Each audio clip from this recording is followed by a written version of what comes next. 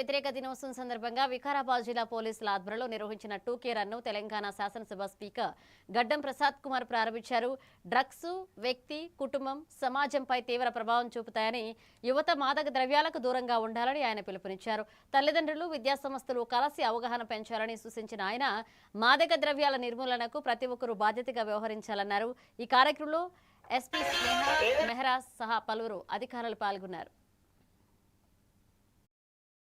మంచి డబ్బులు కావాలి, దానికోసం వాళ్ళు they are turning into peddlers.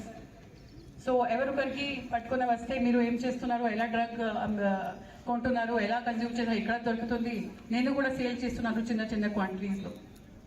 ఇది మొత్తం ఒక ర్యాకెట్ నడుస్తుంది which is very high level. ఇప్పుడు ఇంతకుముందు ఉమాశంకర్ గారు చెప్పారు మన adjoining countries. So drug consumption మీ ఆరోగ్యం కోసం మాత్రమే కాదు, ఈ కంట్రీ యాంటీ నేషనల్ ఉంది, యాంటీ నేషనల్ యాక్టివిటీస్ కూడా దాంతో ప్రమోట్ అవుతున్నాయి. అండ్ ఈ కంట్రీ భవిష్యత్తు కోసం కూడా ప్రమాదకరం ఉంది.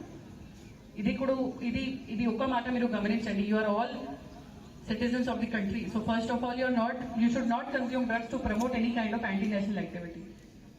Next thing, ఈ బాడీ బిల్డింగ్ యాక్టివిటీస్ లో కూడా చాలా చోట్ల మెటంఫెటమిన్ వాడుతున్నారు, సింథెటిక్ డ్రగ్ వాడుతున్నారు. ఎట్టి పరిస్థితుల్లో ఇలాంటి అన్ని డ్రగ్స్ కు ప్రత్యేకంగా ఈగల్ ఫోర్స్ ను ఏర్పాటు చేసింది. తెలంగాణలో మత్తు పదార్థాలను, వ్యసనాలను పూర్తిగా అరికట్టాలని తెలంగాణ ప్రభుత్వం లక్ష్యంగా పెట్టుకుంది. డ్రగ్స్ నిర్మూలనలో ప్రభుత్వంతో పాటుగా పిల్లలు మత్తు పదార్థాలకు అలవాటు పడకుండా తల్లిదండ్రులు, టీచర్లు